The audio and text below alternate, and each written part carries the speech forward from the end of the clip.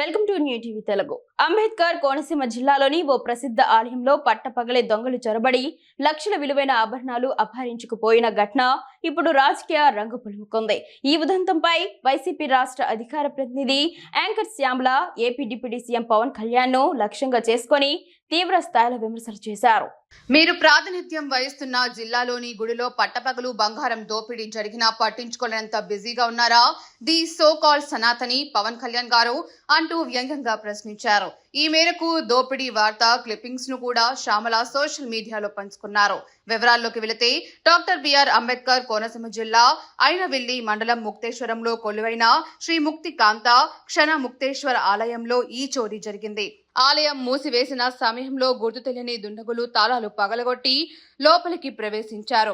గర్భగుడిలోని అమ్మవారి మెడలోని బంగారు, వెండి ఆభరణాలను అపహరించుకుపోయారు. వీటి విలువ సుమారు 1,40,000 రూపాయలు ఉంటుందని ఆలయ వర్గాలు మరియు స్థానికులు పోలీసులకు ఇచ్చిన ఫిర్యాదులో పేర్కొన్నారు. ఈ ఘటనపై సమాచారం అందుకున్న పోలీసులు వెంటనే రంగంలోకి దిగారు. ఆలయ పరిసరాలను క్షుణ్ణంగా పరిశీలించారు.